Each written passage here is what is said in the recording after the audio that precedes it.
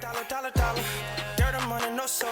Had to go and get it, ain't no time to kick it. Got a stack and flip for my foes. Dollar.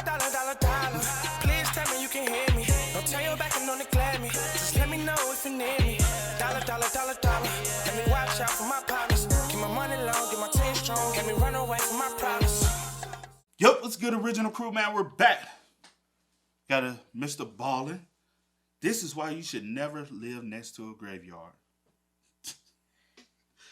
So let me ask you this. Would you live next to a graveyard?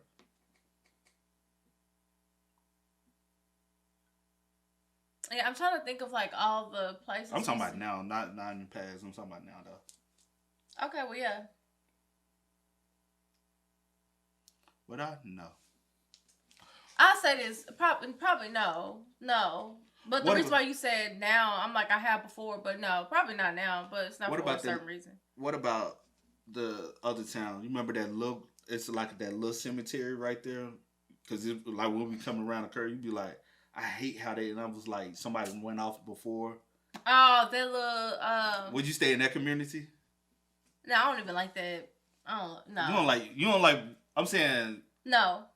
Not necessarily would you stay in that community, but if the community was in a better location and you had that little graveyard right there, would you stay in Maybe. Yeah, I just don't like, yeah. You just don't like. I just don't like that area. I understand because the driving over there is the roads are horrible. But maybe, yeah. Yeah, it just depends. Like, is it like a random cemetery or is it like a family That cemetery? one looks very, like, why? Where is it? That's why I'm like, it must, like, I'm like, is it some type of, like, and I'm like, it gotta be some other, for that to be that little plot. It's just little, and it's like. Them houses gotta be buried built on top of some.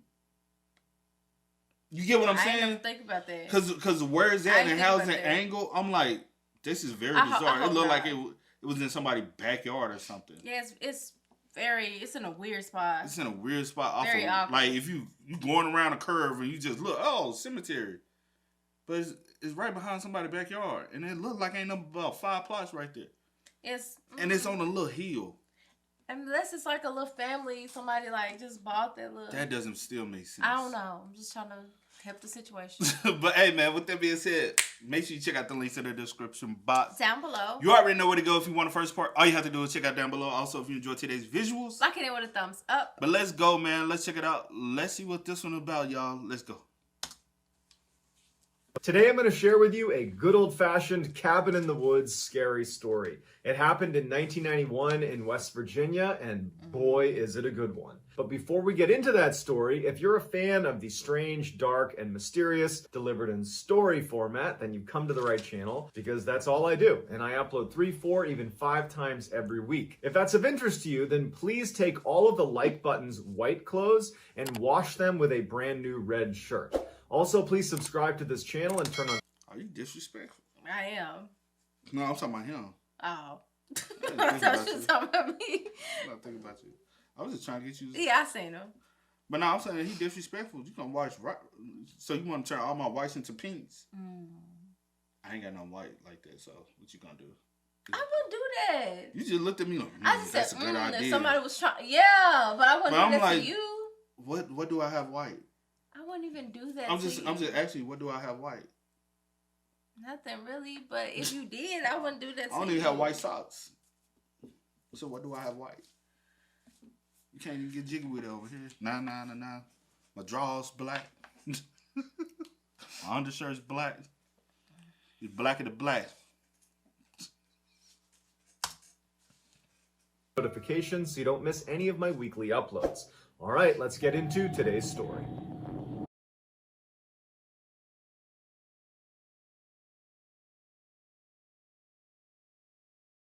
In 1991, Brian Kendall and his young family were tired of living the busy city life. He worked in Baltimore, Maryland. He was a carpenter by trade, but he and his wife, Belinda, had grown up in the country in West Virginia, and they decided to move back there, even though that would mean a multi-hour-long commute for Brian to get back to Baltimore to do work, because he still worked in Baltimore. So Brian and Belinda start looking for places to live in West Virginia, and they find this nice home in Slanesville, West Virginia, which has a population of 182 people last time I checked. The house itself had more of a cabin feel to it. I mean, it was way out in the middle of this forest, no neighbors anywhere. It was a ranch style, so single floor, and basically everywhere you looked was just pure forest. So this cabin is super isolated, but Brian and Belinda had come from a neighborhood that wasn't very safe, and they didn't like sending their kids outside without supervision. Now, living in the middle of nowhere, they could at least let their kids go outside and not really worry about them. So even though it might have been lonely, they felt like it was at least safe. And Brian went out and got a beautiful, friendly black lab dog to come and protect the property, and her name was Coco. They loved Coco. She was very protective of the kids right away, and she blended in with the family immediately. And very quickly, the family really took to living in Slanesville. They loved their new home and their new life. Everything was just going so well at first. Shortly after they had moved into the house and finally unpacked, Belinda invited her brother as well as her brother's wife and daughter named Jordan to come over and check out the house. And so they come over. Belinda had gotten a cake and some balloons, and she planned on throwing a little mini surprise party for Jordan, who was about the same age as her kids and had recently had a birthday, and so they figured they would surprise her, give her some cake, and have a little impromptu birthday party. After cake, the kids went into the living room and were playing in there together. The living room was right next to the kitchen, and so the adults were in the kitchen having coffee and chatting, and as they're chatting, they all noticed something very strange going on in the living room with the kids. The kids had taken all of the balloons and brought them into the living room, and they had all floated up to the ceiling, and there was pretty high ceilings inside of this living room. And as the adults are looking in the direction of the kids and these balloons, they notice one of the balloons comes down from the ceiling, but the string is tight, as if someone's holding the balloon and pulling it down, but no one was pulling on the balloon. The adults stopped talking, and they've all noticed this, and they're all looking at it, because it looked very unnatural. The balloon stops right in the middle of the room, and it's a ways away from the kids, and the kids haven't noticed it. And the parents are just quietly watching this balloon, and no one knows what to make of it. No one's even commenting that this is happening. They're all just quiet and watching. And the balloon starts moving across the room over to where Jordan was. Jordan notices the balloon for the first time. She turns and goes, "Thank you," as if she's talking to someone, but no one's there. She reaches out to take the balloon, and as she goes to grab it, it drifts right back up to the ceiling, as if someone had been holding it and let go of it. And Jordan kind of grabbed for it, watched it go to the ceiling, and then Jordan just turned around and kept on playing. That startled everybody. They could make sense of a balloon coming down and then moving. The helium could be leaking, there could be a draft in the room, but for it to go right back up and look like someone had released it, they couldn't explain that. And so the parents go right in the living room. They're looking at each other. The parents are, and they're like, "Did you see that? What was that about?" And they grab that balloon down from the ceiling, and they're trying to replicate what they saw. And they're kind of looking at each other like, "Are we going crazy?" And they go over to Jordan and they say, "Hey, who were you talking to a minute ago?" And she couldn't really articulate anything. And they said, "When the balloon was right here in front of you, who are you talking to?" And she stops and kind of thinks about it for a second. She's a young kid, she's like 2 or 3 years old.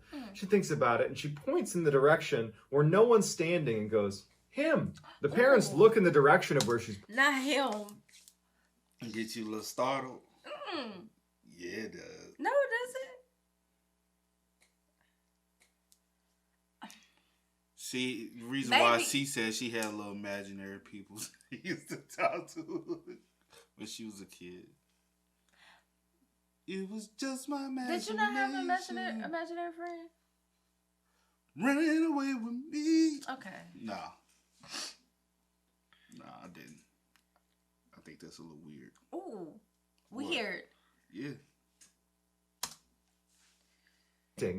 They look at each other, and then they start laughing because they're like, "Okay, we're scaring ourselves. Obviously, the helium must have come out, and maybe there's a draft, and she's 3.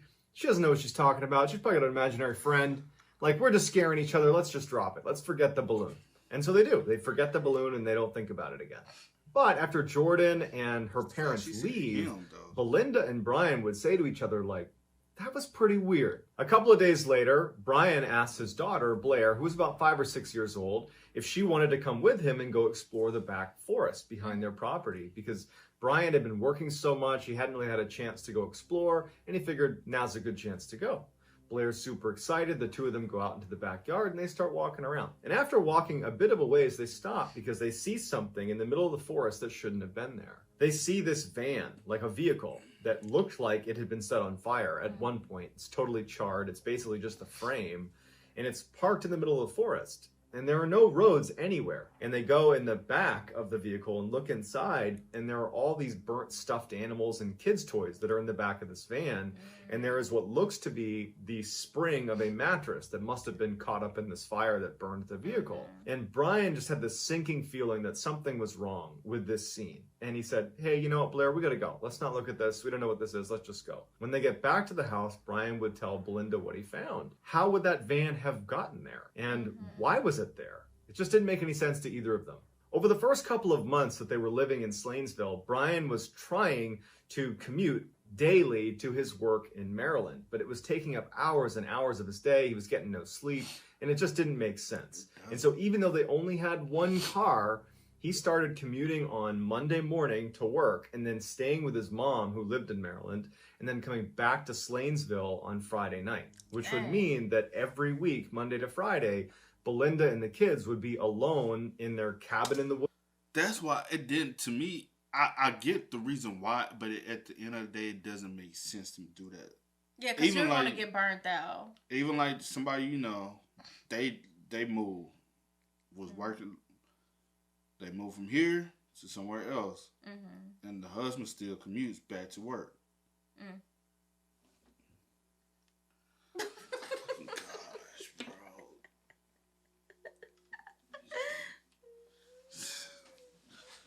And I said that has to be like an 1.5 to 2 hour drive. Oh, yeah. From where he's commuting to. It just clicked in my head. And I said, there is no way in possible hell that he's commuting every day for fucking unless work. Something has changed. And you told me what, he was working like 10-hour shifts? There's no way in hell. I say he has to change jobs. And I think eventually you would definitely get burnt out. Like in hindsight, I guess it makes sense or it feels right. Because, in the beginning, it's like, I could do that because everybody always toss themselves. Because especially when it comes down to like economy things, like financial things, you move into somewhere else because. And then the fact that he said, money. Or maybe like for safety as well, or whatever the case may be, depending on where you at and all of that. But But you moving, relocating because a place might be cheaper and you feel as though it might be safer. But a lot of times it just doesn't make sense to put somebody through that commute, and you're gonna get burnt out on that. True. Every week, Monday to Friday, Belinda and the kids would be alone in their cabin in the woods in Slanesville with no vehicle. But Belinda had grown up in a very isolated house in the middle of a forest in West Virginia. So she wasn't a stranger to this type of setup, and so really didn't have any issues with this lifestyle that they had in Slanesville. Blair had been asking ever since they moved in if she could go camping one night out in their RV. They had a little RV camper that was parked right outside their property, and she wanted to spend a night out there by herself. And so one week when Brian was away for work, Belinda finally caved and said, okay, Blair, you can stay in the camper tonight. She wasn't thrilled about this idea, but she felt like the kids had a little bit of cabin fever going on because they were so cooped up in this house, and she figured this is an easy way to make Blair feel a little bit happier living here. So she told Blair, once you go in there, I want you to lock the door and not open it again. And Coco, their dog, is going to stay with you. Blair was just fine with this setup. And so that night she went out to the camper. She had Coco with her. She had all her warm clothes on. She brought a lantern with her and some books she was going to read. She goes out and her mom tucks her into her bed inside of the RV and gives her a kiss, and then she leaves. In the camper, there was a pull-out bed that she was on that took up the majority of the floor space in the camper.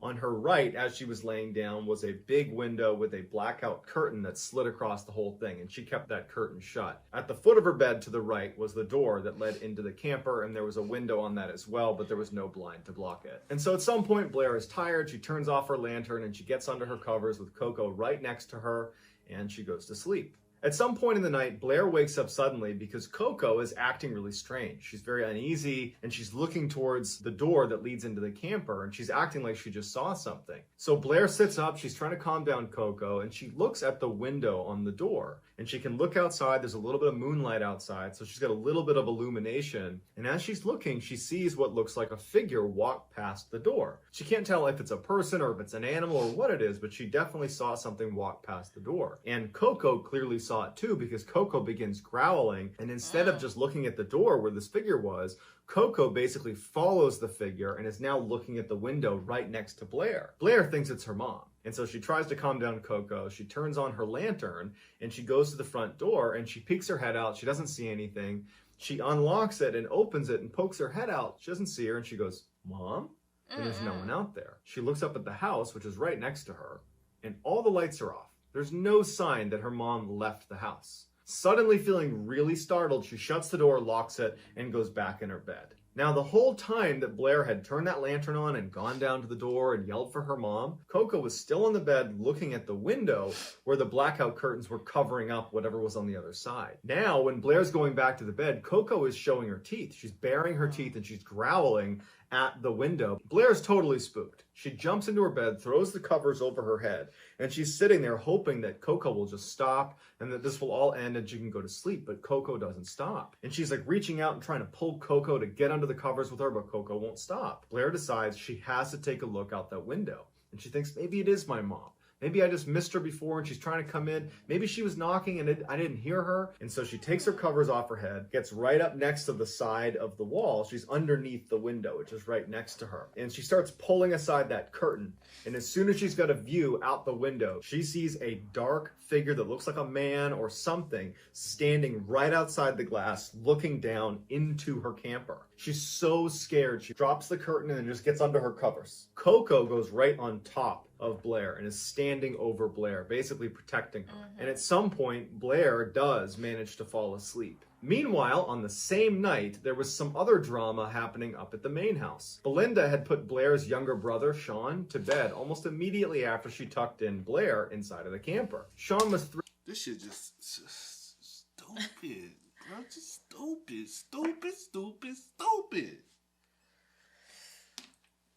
You think I'm gonna let my 5-year-old child stay out?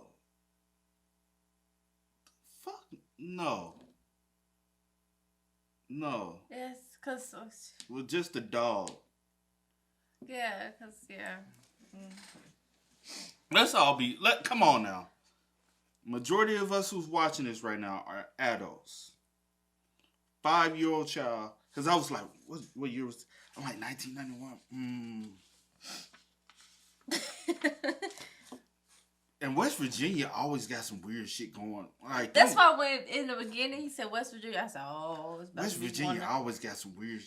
You know what I'm saying? Like those up there, y'all got some weird vibes going on. You know, it's Connecticut, West Virginia, what's it, Delaware, all that up there, y'all. Just weird shit going over there.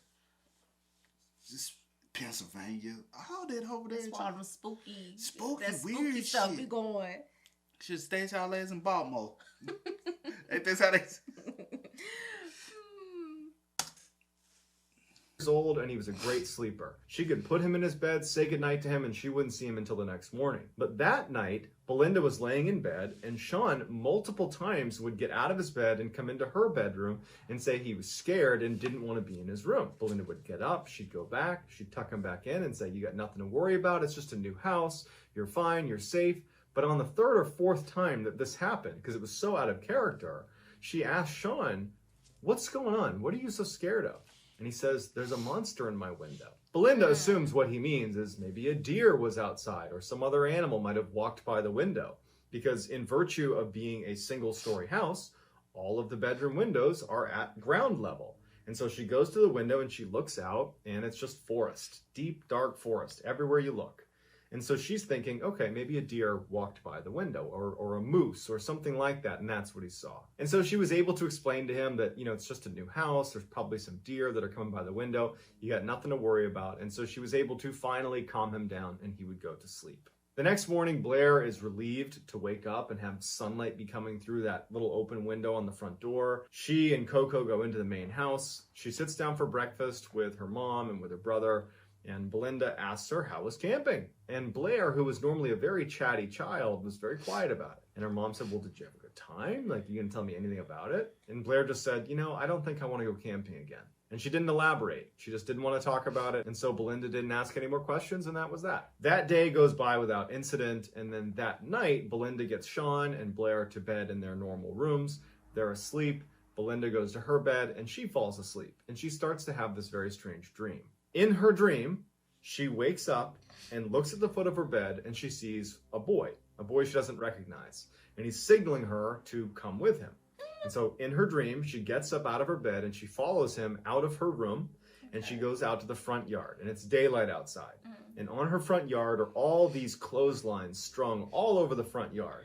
And there are these white sheets that are hanging from each of these clotheslines, all in different random directions. And she's trying to find this boy and she can't find him because all the sheets keep getting in her way. She finally stops because she feels something on her toe.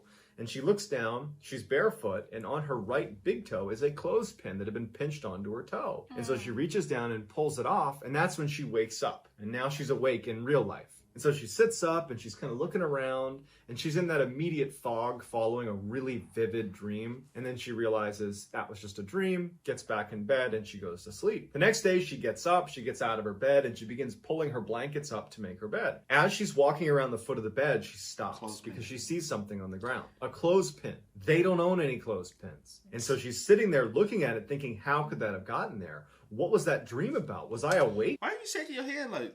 I'm just into the story. No, see, what is in your mind? Elaborate. Talk to us. I'm like, ain't nothing in my mind. Nothing's in my mind. I'm really just like into the story. I'm just like, okay, what's next? Okay. Was I doing something in my sleep? Was I sleepwalking?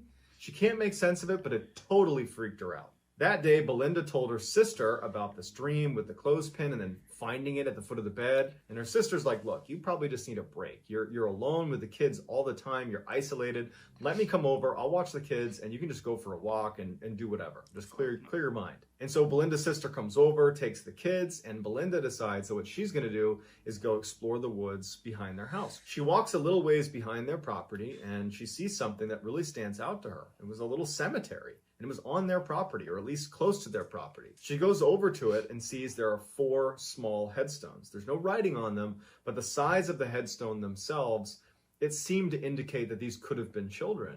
And so she was very unsettled by it and decided that, you know what, I'm done with my walk and I'm just going to go back now. A couple of days later, Blair was sleeping in her room when she woke up suddenly for no apparent reason. She sat up, she kind of looked around, and she noticed that the curtains that normally would cover up her window that overlooked her bed were open. And she felt really uneasy by this, especially after that incident in the RV. She liked having those curtains closed. So she gets up to go over and shut this curtain, and she looks out the window, and she sees standing in front of the tree line is a dark silhouette of a figure. It looks like a man or some person. And she freezes, and she's looking at it, and she can tell that it's moving towards her. And she's looking even closer, and then she can tell it's now running at her. She shuts it, jumps into her bed, and covers herself up. As she's laying there under her covers, not knowing what to do, she hears Coco barking from her mom's room. Belinda wakes up to Coco barking and looks at what she's looking at, and it's the window. So Belinda gets up, she looks out the window, she doesn't see anything, and tells Coco to calm down. She figured, okay, maybe she saw a deer or something, and then just to be a good mom, she checks on her kids. She goes to Sean's room. Sean didn't wake up from the barking. He's asleep in his bed. But when Belinda goes into Blair's room, Blair is hiding under her covers and she's scared of something. And she asks Blair, honey, what's wrong? And Blair finally says that she saw something. She thought it was a person. She didn't know what, but it was running towards the house. And so Belinda's thinking to herself, she just saw an animal. Because that's probably what Sean saw when he thought he saw a monster outside. And I'm sure that's what Coco saw. You know, Coco's going to react to an animal. There's probably some deer that's coming right up to the window and it's scaring my kids, it's scaring my dog. And so Belinda tells Blair, you got nothing to worry about, honey. Go back to sleep. Everything's going to be fine. She calms her down. She puts her to sleep. She double checks on Sean. Sean's still sleeping. And Belinda and Coco go back into Belinda's room and they get in bed and Belinda goes back to sleep. At some point in the night, Belinda's laying with her back to the door and she feels someone tapping on the back of her head. And she's assuming at this point it's got to be Sean or even Blair who've come in there because they're scared again. And reflexively, without even opening her eyes, she says, honey, there's nothing outside. You get nothing to be scared of. Go back to sleep. There's a silence and then she feels tapping on her head again. Now she opens her eyes and she rolls over to tell one of her 2 kids that everything's fine. But there's I almost forgot that these pictures not real. I said, Lord have mercy. It's about to get your ass. Oh, This one got you a little round child, off. I almost forgot them pictures for real. This one I got said, you a little shook up a little bit. See, it's a good little story, huh? I'm invested, child. opens her eyes and she rolls over to tell one of her 2 kids that everything's fine, but there's no one there. It startles her because not only is there no one there, but Coco is now on the bed growling in the direction of wherever this tapping was coming from. Immediately, Belinda flips on the light. She's looking around her room and there's nothing. Gets up and she goes into her kids' rooms. They are fast asleep. Okay. Just to be sure, she walks around the house, makes sure everything is locked. She gets back in her bed and she's sitting there with Coco. And she can't help it. She's scared. Between her kids seeing stuff outside, finding that cemetery, the weird clothespin thing going on, now something feeling like it was tapping her, but no one's in the room with her. She's scared. And in fact, she would say in interviews that this was the first time that she even thought about the word haunted in relationship to what was going on at their house. The next day, Belinda just wanted to get away from the house. So she calls her mom and says, hey, can we use your car for the day to go run some errands? Her mom says, absolutely. Her mom drops the car off and Belinda and the kids load up and they head into town. When they left, they put Coco in her outdoor cage, totally locked and secure. So they head out and they go to this gas station in Slanesville, and Belinda gets out, she's fueling up her car, and another resident of Slanesville pulls up right next to her and she's filling up her car. And the 2 women strike up a conversation. At some point in this discussion, the woman asks Belinda where she lives in Slanesville because she's a longtime resident and she didn't recognize Belinda. Belinda describes where she lives, and the woman who's familiar with the area says, well, do you know the story of your property? Ooh. And Belinda's like, no. She's like, well, years and years ago, there was a really... See, that's what I be talking about. Didn't I say that last week? Y'all gotta start... I was over there. Gotta do the sweep. I ain't got my flashlight over there. But you gotta do the sweep. You gotta sweep. You gotta find the information. You gotta do the research before moving into these spots. Who was the previous tenant? Did anything happen? Like, I need to know everything. I'll say this. They might not disclose everything if you're renting. But if you're purchasing, they have to disclose. Well, I don't know if they have to. No. But I'm going to ask. It won't hurt. What you doing? Of your property. And Belinda's like, no. She's like, well, years and years ago, there was a really bad fire. I think it was right near your property that a whole family died in. And Belinda says, you know what? I actually found a small cemetery a little ways back on our property. I bet that's what it is. As Belinda is driving away and she's thinking about this story she's been told, she has this sense of relief that now she has some closure on why there's that cemetery on her property. And she couldn't help but think, if her house is haunted, which she had only recently considered, maybe it's not such a bad thing to have it be this family that's doing the haunting. It didn't feel evil, it just felt kind of sad, and she was empathetic for this lost family. When they got back from running those errands, Coco was gone.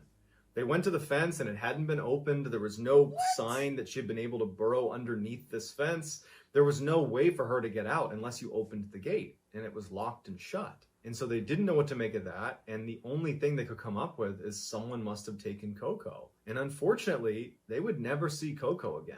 It was a huge loss for this family. Coco was not only a dog they loved and considered part of their family, but she was also their protection, and it was a very big deal that she was gone. A couple of days go by, and Brian's home from work, and everyone in the house is asleep except for Belinda.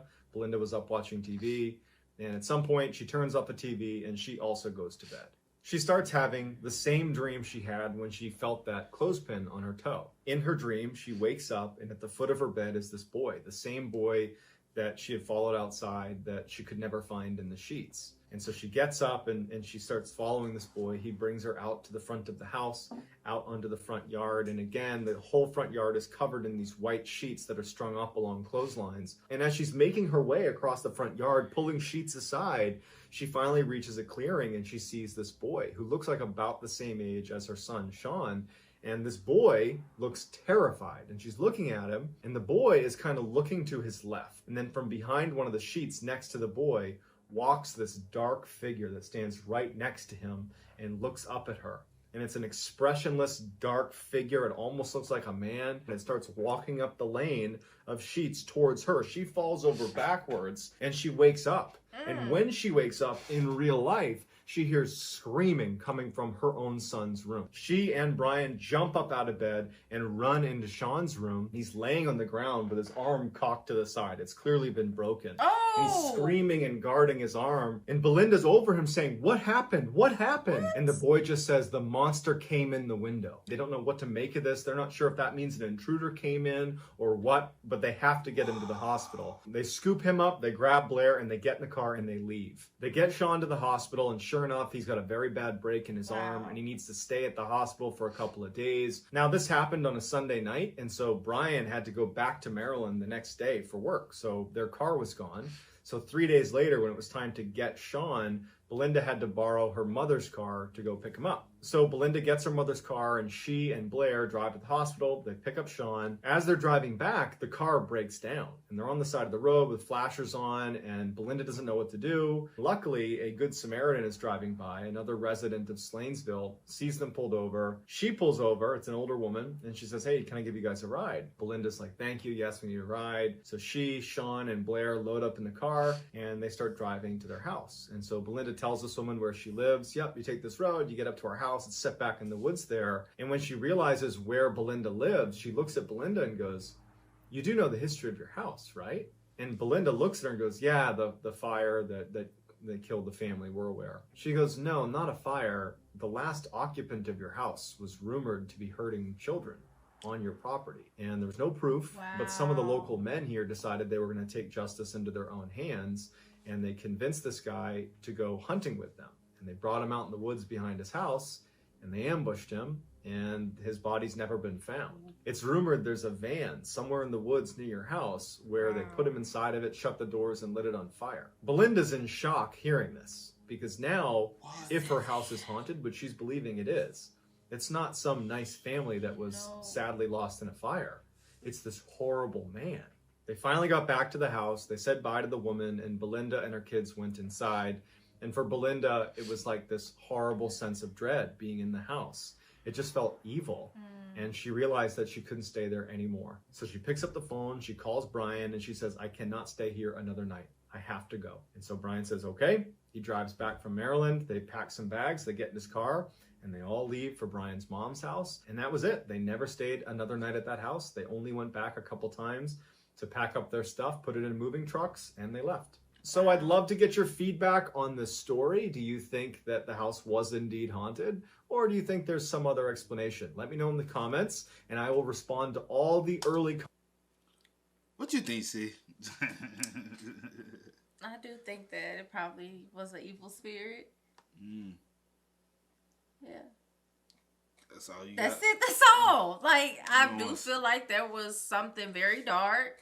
And I understand, like, with the first woman at the gas station saying the fire situation. So it's like a lot of darkness and trauma on this property. What I'll say this, it might what the first woman was referencing might not be like what actually happened. It might be a folklore that's maybe she thought that. No, it's a story. Like, you know how let me just say this. You know how in small towns people are telling stories, and so stories start getting misconstrued, or people start adding things to the story, and things are starting to get taken away from the story. So the story she might have heard might have just been an exaggeration of multiple people telling different stories. I mean, it could be that, but it's still referencing the same it could situation. be that, but it's still with the little the grave sites. I'm wondering what that is. If that man, honestly, if he was doing something, that could have been like a burial spot where he was putting. But it wouldn't have a little tombstone, I don't feel like. Even though nothing was on So she said it looks as though it was a tombstone. It could have been just a marker. For not like necessarily a name, a date, birth, and all that. It could be just somewhere somebody will mark where a body is. True. Okay. Listen, real quick. So that could be the case, but my thing is, if it's out there and known that he was hurting kids, I don't think that they will leave that out there, and I'm pretty sure the families will come and recover. It wasn't necessarily known that he was hurting kids. It was a rumor basically spreading, so they believed that he was hurting kids. So if it's a marker there and it may be bodies there, what I'm saying is they want still okay. Well, and good thing. Let's just move on. Good thing the second woman that stopped and helped her, like, actually gave her, like, what actually happened, because the van that Brian came across, that's the van that 9 times out of 10 was that they put him in and burned him. And that's another thing I was thinking about, because I was like, if there's a van back here that's badly burnt the way it was, why hasn't anyone came and got it? Mm-hmm. Like, also, Brian, why the fuck you didn't report it?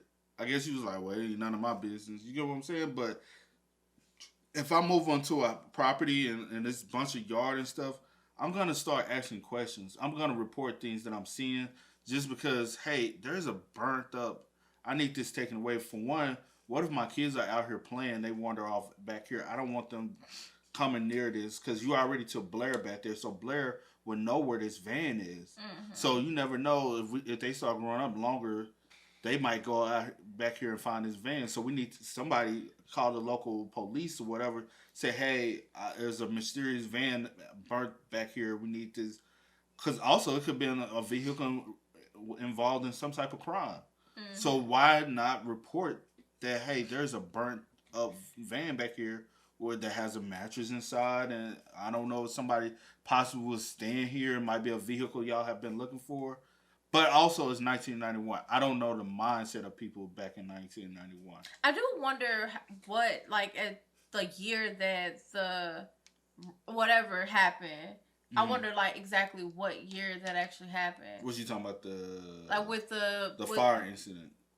Yeah, with the hunters, like, actually taking them out there and doing all of that, and then even, like, with the kids, like, if all of that is true, how long was it going on, and, like, when did everything actually take place? How vacant was this house before y'all moved in? Because obviously nobody stayed in the house that was in the city, in the town. Because everyone that's there, since it's so small, they already knew no one is gonna, like, even touch it. So somebody from an outsider had to move into this to even, you know what I'm saying? Because with it probably being vacant, probably however long, they're not going to up that information. Like, just a heads up, something happened here. Just, they're not going to offer that information. Because obviously they had to rent it for them to be able to just up and move. Probably. So somebody else had to own the property. Was it the person, possibly his family? And I don't know. Who knows? So I do have a lot of questions. Yeah. But I do feel like a lot of dark stuff happened on the property, on the land, and I do feel like it was 9 times out of 10 like an evil spirit. Especially for her to be driven about kids, and honestly, it was really targeting your kids. And whatever spirit, only went around the kids, because even at the birthday party, it went towards the kids. It wasn't around the adults.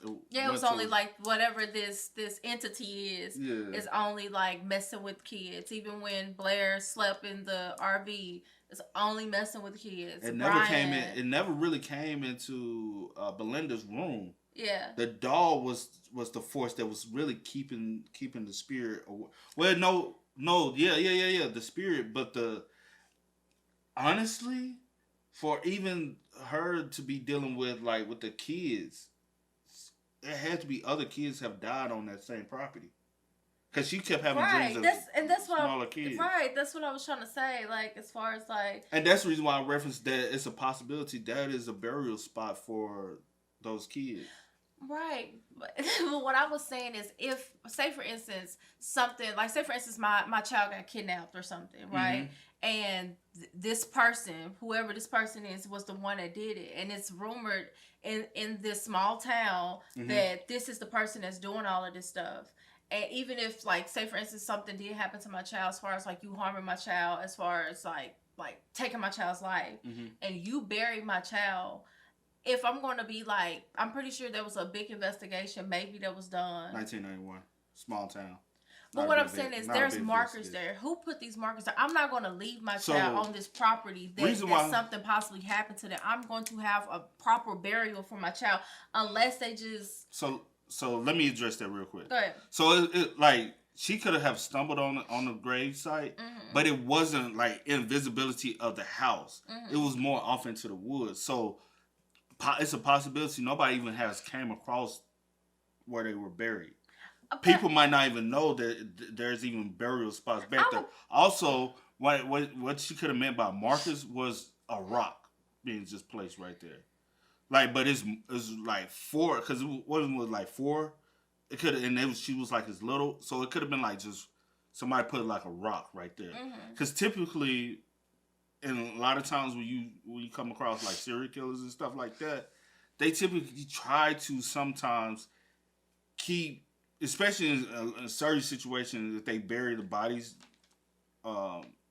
multiple bodies, and they typically bury them like they will mark it as well, because they have to remember, because sometimes they be sick and they want to remember where the body's at too. So it could be a marker for humans to remember, but it's a possibility. Who knows? He probably was taking kids from elsewhere because he had a van. So he could have been kidnapping kids from somewhere else and bringing them back here. No, I get that. I do agree. And if he was like harming kids and there are kids buried on the property, I'm just saying we could leave it alone. I was just saying if there are markers and there may be someone buried, I will hope that their body still won't be there. Is all I'm saying. Is that like? But it's 1991. That's all I was trying to say. Like, I would just hope that they are still not on the property. But times and mindsets have changed a lot. So people mindset back then, especially, you know how small town people mindset is, like. And I do know, like, with so much like land and stuff, with situations like that happen sometimes, even if like like investigations are done and they like send like search parties out trying to find, like, a lot of stuff it's not recovered. And then especially since the hunters took things into their own hands, it was never like a proper thing where they could ask him like, hey, how many. I just doubt there was even a search party done, because the hunters took some things into their own hands, and if that story is true, they killed someone, they're not gonna send an investigation party to go investigate, because that's also a murder, because they took that into their own hands and murdered someone. So somebody will be held. And also, the town only had 100-some people in the town. Typically, towns like that, you only have your local sheriff and there's probably a deputy. Yeah. You are not finna have a large search party, because we dealt with that ourselves. Took care of that. We killed them, burnt them up. After that, everybody leaves. Nobody goes and search the ground for kids. That's typically what happens in little town. Reason why I say that, I know how a town that's smaller than where we come from operates. But that's where my mom's from. She's from. I know how they operate. We can leave it alone, but I know how they operate, and I do agree with you. But I'm just. But I'm trying to look at it on the other side. But yeah, I do know, like, 9 times out of 10, since they took it into their own hands, nothing was really like done fully to like investigated. Yeah, like I do understand that, but I'm just saying that I will hope. I'm just saying I hope like there's no kids still buried on the property, unless 9 times out of 10 it is. Yeah, 9 times out of 10 it is. I just said I will hope so. I will hope not, but 9 times out of 10 it is, especially if he had been doing this for a while. And I just wish the dad had did a little bit more, and I feel like he should have did a little bit more. Just reporting and then I wanted that Belinda even like communicate with her husband about everything that's been going around. You know what I'm saying? Even the dog being like, when that happened, were you picking up the phone and calling your husband and informing him of everything that's going on? Probably not, because she didn't want to freak herself out, and probably didn't want to like freak him out, and then probably like trying to just like, because she kept, you know how you kept to keep telling, because you're not trying to live in fear, so you keep telling yourself, it's probably just a deer, it's an animal, you're not trying to like make a big deal of it. But once stuff start progressing, you're like, okay, yeah, it's something else. You know what I'm saying? She was just too passive for me, man. Yeah. I'm a little bit more like, all right, shit. Some you might talk yourself out of the first 1 or 2 situations, but And then I wonder, like, the tapping that she felt, was it the child that she kept seeing? Or was it the spirit? I feel like it was the I mean, child. or was it the man? Because she never came in contact with Because it's both spirits. with the man. She only kept coming in contact with the child. Only that one time in the dream. Twice in the dream. No, I'm talking about with the man when she actually seen the figure. The last time. But yeah. Also, I feel like it was the child because the child actually was trying to get her to follow him somewhere. Yeah. And it was like the child was trying to show her something. So, you know, kids typically come up when they want you to see something. They do a little tap. Yeah. A grown person ain't finna. Yeah.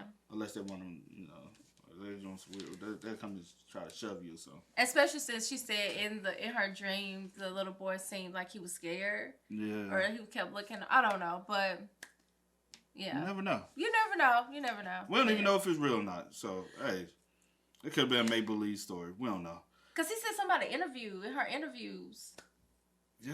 He Could did still say be a that. make-believe story. I mean, but yeah. Man, y'all spin us up. Let us know y'all thoughts about it in the comment section down below for us. But as always, I do go by the name DJ New Kid. This is Sierra the host. We are. Kiddandceemgmt. We are. Had to go and get it, ain't no time to kick it. Got a stack of flip for my foes. Dollar, dollar, dollar, dollar. Please tell me you can hear me. Don't turn your back and don't neglect me. Just let me know if you need me. Dollar, dollar, dollar, dollar. Let me watch out for my pocket.